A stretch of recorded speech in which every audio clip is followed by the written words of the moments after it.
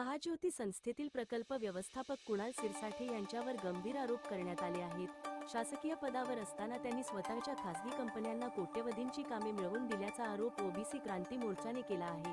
यामध्ये त्यांच्या पत्नीला कंपनीत संचालक नेमणे आणि संशयास्पद आर्थिक व्यवहार केल्याचाही दावा करण्यात आला आहे। मोर्चाने सिरसाठे यांना तात्काळ बडतर्फ करून उच्चस्तरीय चौकशी, फौजदारी गुन्हे आणि मालमत्ता जप्तीची मागणी केली आहे। या निवेदनावेळी उपस्थित कार्यकर्ते संजय मते, सुरेश खंगार, रामटेके, शोभा बावणकर, मनीषा भांडारकर, एन.के.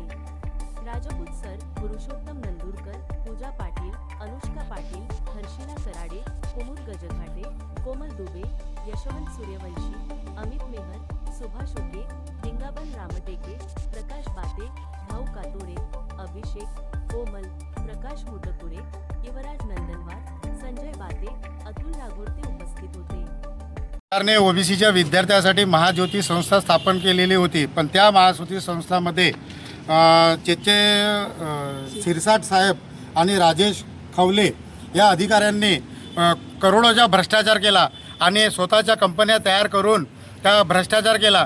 तर या भ्रष्टाचाराला आळा देण्यासाठी आम्ही ओबीसी क्रांती मोर्चा एकलव्य सेनेमार्फत कलेक्टर साहेबाच्या मार्फत मुख्यमंत्री साहेबांना निवेदन दिलेलं आहे आणि त्या निवेदनाच्या माध्यमातून सरकारला हे म्हणायचे आहे तुमच्या प्रेसच्या माध्यमातून की या भ्रष्टाचाराची सकल चौकशी होऊन संबंधित अधिकाऱ्यांवर कायदेशीर कारवाई व्हायला पाहिजे आणि तसेच नियुक्त जजच्या अध्यक्षतेखाली एक समिती नेमून सकल चौकशी व्हायला पाहिजे आणि या अधिकाऱ्यांची संपत्ती, बँक खाते जेवढे काही व्यवहार आहेत ते स्विच करण्यात यावी अशी तुमच्या माध्यमातून मुख्यमंत्र्यांना आमची मागणी आहे।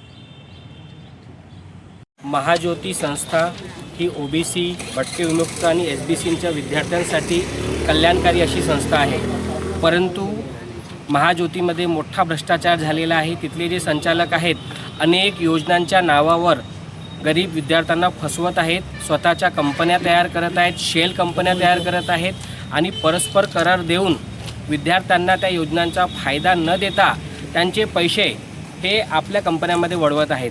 याचा एकलव्य सेना आणि ओबीसी क्रांती मोर्चा हा तीव्र विरोध दर्शविते आणि आज आम्ही सर्व जे आहे प्रशासनाला जागा करण्यासाठी इथे आलेलो आहोत। जर ही त्यांची चौकशी झाली नाही उच्चस्तरीय तर येणाऱ्या काळामध्ये मोठा लढा लढू याची आम्ही सर्वांना जाणीव करून देतो। धन्यवाद। आता गाडीवर मोबाईल नंबर नाही तर इमर्जन्सी QR कोड लावा, जे तुम्हाला अडचणीच्या वेळी मदत करेल।